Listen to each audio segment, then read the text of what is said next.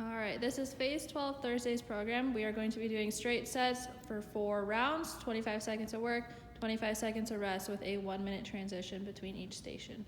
All right, so the first thing we have is going to be band seated high row. So we're going to be seated a little bit out from the rack. The band will be attached to the top of the rack. We don't want to be right under it. We want to be a little bit away from it.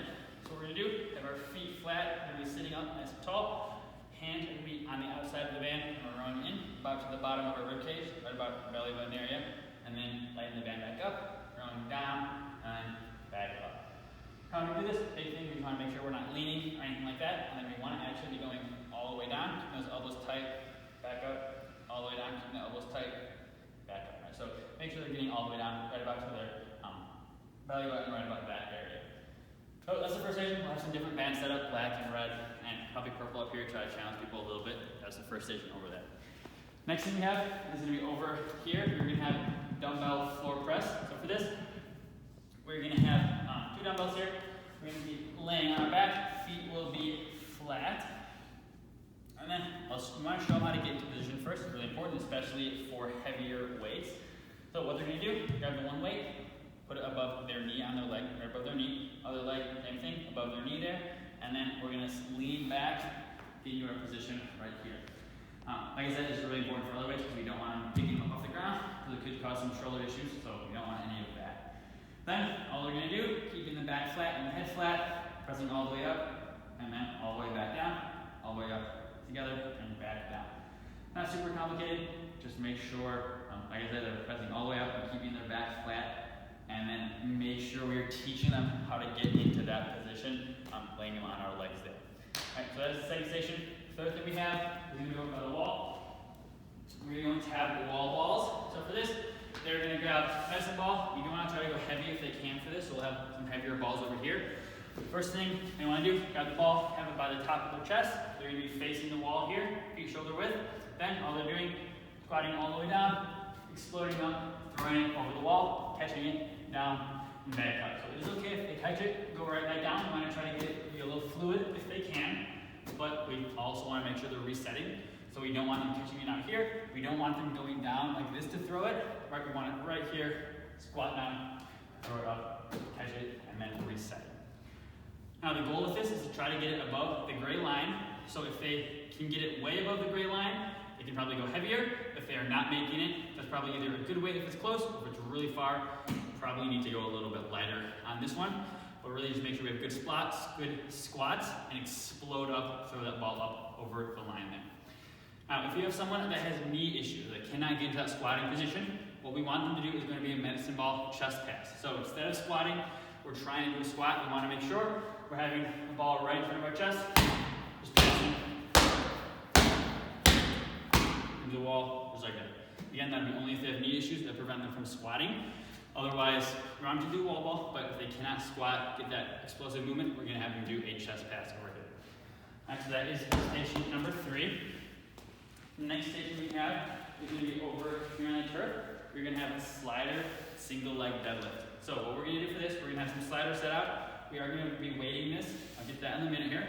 So 1 foot on the slider, we're going to have almost doing the same movement as a single leg deadlift, but it's going to be assisted to the slider for some stability. So we're standing nice and tall here. We're going to drive our back, let the slider go back, then back up nice and tall.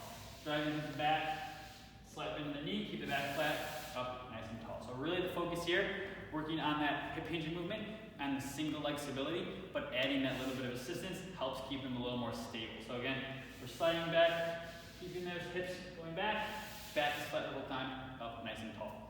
Now we can't add a weight to this, so we're going to have some medicine balls up here. To weight this, just grab the ball, squeezing on the sides here, then just going back, adding the weight, same movement, so add a little bit of weight. When we do add the weight, we also want to make sure we are squeezing it so that we're kind of engaging our core, forcing us to be a little more stable there. We can't add weight. We are going to switch sides as well each round. So one round we'll use one leg, next round put the slider on the other foot, use the other leg. We do have one more modification. If they have trouble with the slider, it's going to be without the slider. So it'll be kickstand single leg deadlift. This is just practicing the movement before we introduce the extra slider, a little bit more movement there. So draw the feet a little bit staggered, practicing hip hinge movement, same thing. Hips go back, and then up nice and tall. Right? So same thing, just practicing that movement. before we get to adding in the slider, making it a little bit more complicated a little bit. So this is the fourth station. Fifth thing we have is going to be over here. What is it?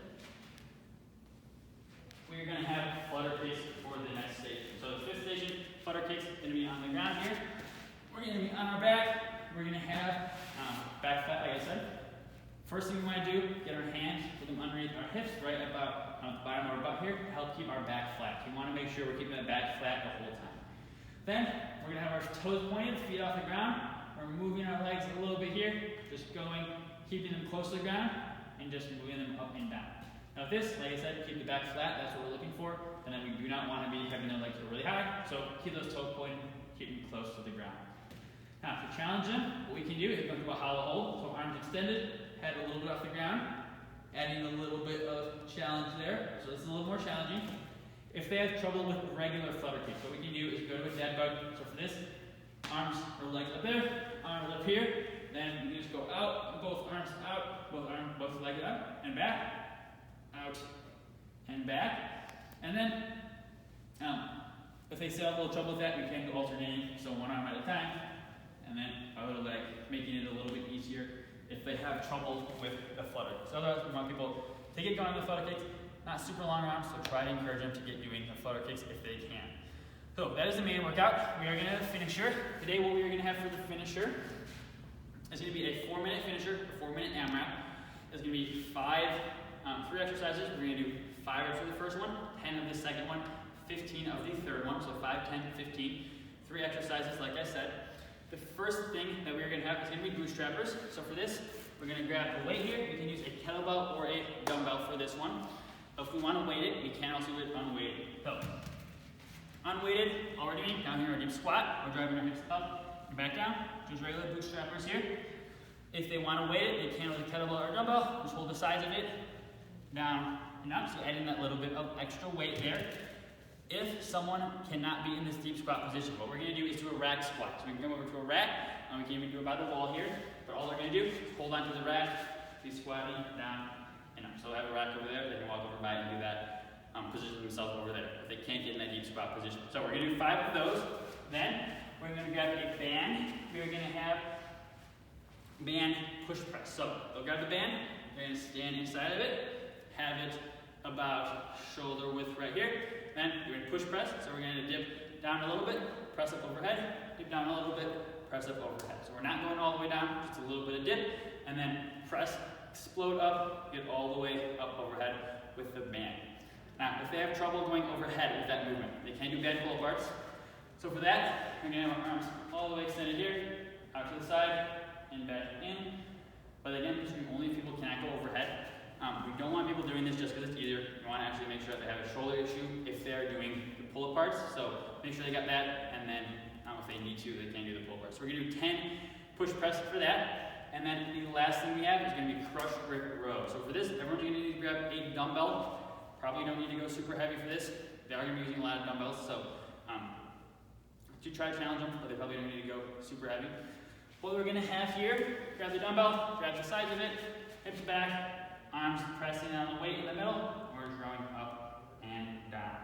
Alright, all the way up, all the way down, keep the back flat the whole time, and then just make sure under control. We do not want to be going like this. Alright, so keep it flat here and back flat, drawing up and down with that. We're going to do 15 of those. So again, we have 5 Bootstrappers, 10 push press, 15 crush grip row. Again, for the crush grip row, you don't have to go super heavy since we're doing a lot of reps, so just keep that in mind when you tell people, or if anyone asks you what weight to use, just keep that in mind. Don't go super heavy. Again, as many rounds as they can in 4 minutes. And then that is the workout and then the finisher for phase 12 Thursday.